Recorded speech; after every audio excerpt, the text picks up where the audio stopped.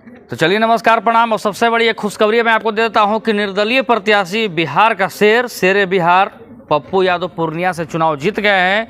और एक खुशखबरी और है और दुख की भी बात है कि आपके पावर स्टार पवन सिंह यानी कि काराकाट लोकसभा में ये भी दूसरे स्थान पर निर्दलीय प्रत्याशी के रूप में चल रहे हैं।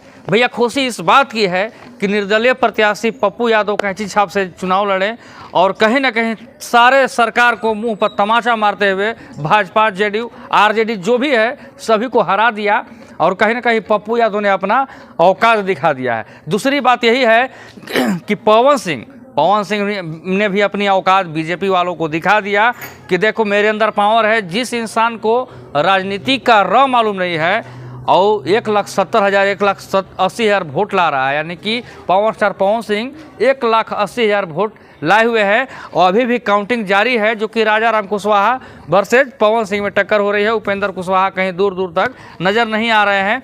इसमें मैं आपको बताऊंगा कि पवन सिंह के चुनाव के हार के पीछे कुछ उनके अपने टीम वाले लोग भी हैं, जो कि तमाम ऐसे ऐसे गांव हैं वहां घुमाए नहीं, कहीं बैलेट पर्चा नहीं बांटे। लेकिन खैर उस पर भी अभी हम नहीं आएंगे, बहुत विस्तार से उस पर आपको चर्चा मैं करूंगा।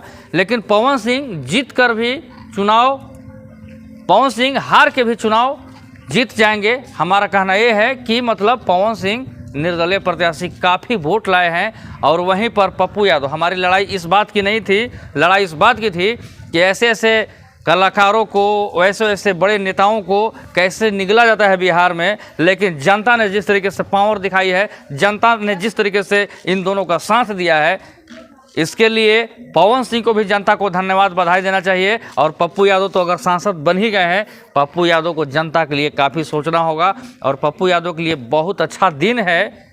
बहुत लोग टिप्पणी करते थे, मनीष कश्यप से लेकर तमाम लोग, पप्पू यादव ये हैं अपराधी हैं, फलाने हैं, ढमके हैं।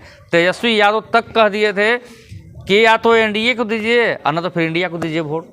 लेकिन वहाँ पे कोई जादू काम नहीं कर पाया। वहाँ के तमाम जनता समझ गई कि पप्पू यादव को मुझे वोट करना है और जिताना है। और देखिए किस तरीके से जनता का राय होता है, जनता का मत होता है। और तमाम सभी जाति के लोग, चाहे अगड़ा हो, चाहे पिछड़ा हो, चाहे दलित हो, महादलित हो, पप्पू यादव को वोट किए और पप्पू यादव बहुत आसानी से चुनाव जीत गए। उनके प्रतिद्वंदी यानी कि दूसरे स्थान पर संतोष कुशवाहा जी थे, जो कि वो जेडीयू के प्रत्याशी थे, उनको भी हराया। बीमा भारती को भी पप्पू यादव ने हराया। बीमा भारती को निर्दलीय प्रत्याशी एक मुखिया के चुनाव तक वोट नहीं मिला है, यानी कि 3,000-4,000 वोट सिर्फ वो ला पाई हैं, जो कि आरजेडी के उम्मीदवार थे। तो तेजस्वी यादव अगर ऐसा गलती करेंगे तो ये हमेशा हारते रहेंगे। और बहुत जगह पे गलती की है, इसलिए लोग हारे हैं। लेकिन अब हम आते हैं पवन सिंह के ऊपर। पवन सिंह निर्दलीय प्रत्याशी होकर ज़िंदगी में पहली बार चुनाव लड़ा और चुनाव लड़ने के बाद भी उन्होंने जिस तरीके से वोट लाया है, एक काफ़ी अपने आप में काबिल तारीफ़ है। और पवन सिंह ने किसी भाड़े के टट्टू के सहारे नहीं, किसी के पार्टी पौए के भरोसे नहीं, पवन सिंह अकेले अपने दम पर इतना वोट को लाया है, बहुत बड़ी बात है। और कहीं ना कहीं एक पत्थर पर दूब जमा दिया है पवन सिंह ने। और पवन सिंह अभी जिस तरीके से चल रहे हैं, राजा राम और पवन सिंह में जो टक्कर हो रही है, कहीं ना कहीं पवन सिंह दूसरे स्थान पर हो या फिर पवन सिंह चुनाव जीत भी सकते हैं, क्योंकि अभी शाम तक अभी काउंटिंग होगा। पवन सिंह में भैया कोई कसर बाकी नहीं छोड़ा है। लेकिन उनके टीम वाले से एक शिकायत हमारा हमेशा है कि तमाम जाति के लोगों ने पवन सिंह को वोट किया है, तभी पवन सिंह को 1,70,000 80,000 वोट आया है। ये अगर सोचेंगे आप कि सिर्फ बाबू साहब ही वोट किए हैं तो सॉरी, माफ़ कीजिएगा, इस बात को भूल जाइएगा। ज़मीनी हकीकत आपको मालूम नहीं होगा, तो ज़मीनी हकीकत आपको हम बता दे रहे हैं कि पवन सिंह को 12 बजे वोट देने के बाद उन्हीं के कुछ जाति के लोग ऊपर की ओर सोचने लगे थे, मोदी जी के ऊपर और सोचने लगे थे, बहुत तरह की कन्फ्यूजन हो गई थी। लेकिन तमाम छोटे बड़े हर एक जाति के लोग कुछ मतलब कि थोड़ा बहुत करके पवन सिंह को ही लोग वोट दिए हैं। अब इसको मैं नहीं बोलूँगा कि 100% दूसरे जाति दिए हैं, क्योंकि पवन सिंह के समाज के लोगों ने भी पवन सिंह को सपोर्ट किया है। लेकिन पवन सिंह के साथ जो धोखा किए हैं, चाहे छल किए होंगे, तो उनके टीम वाले ही किए होंगे। और माफ़ कीजिएगा, उनके टीम वाले में से एक मैनेजर उनका दीपक सिंह, उनके बारे में मैं कुछ नहीं कहना चाहूँगा, क्योंकि इस चीज़ में दीपक सिंह इन्वॉल्व नहीं थे। बाकी तमाम ऐसे लोग हैं, सब चटुआ कटुआ लुटवा सब था पवन सिंह जी के साथ, और इसीलिए पवन सिंह चुनाव हार सकते हैं। लेकिन भैया पवन सिंह दूसरे स्थान पर चुनाव उन्होंने लड़ा है, तो पवन सिंह को इस बात का मलाल नहीं रहना चाहिए, अफसोस नहीं रहना चाहिए, चाहे उनको डिप्रेशन नहीं होना चाहिए कि मैं 500, 1000, 2000, 20,000 वोट लाकर कुछ नहीं कर पाए। लेकिन पवन सिंह अच्छे अच्छों का सिरदर्द बन गए।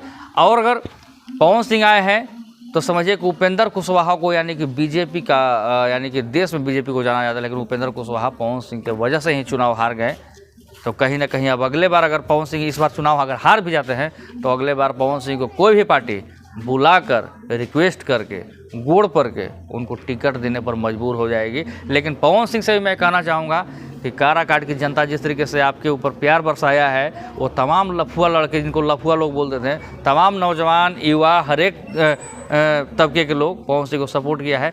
तो पवन सिंह जी को भी काराकाट को भूलना नहीं होगा और काराकाट में आपको और मेहनत करना होगा, ताकि पप्पू यादव की तरह आप भी यहाँ पर दहाड़ मार सकते हैं।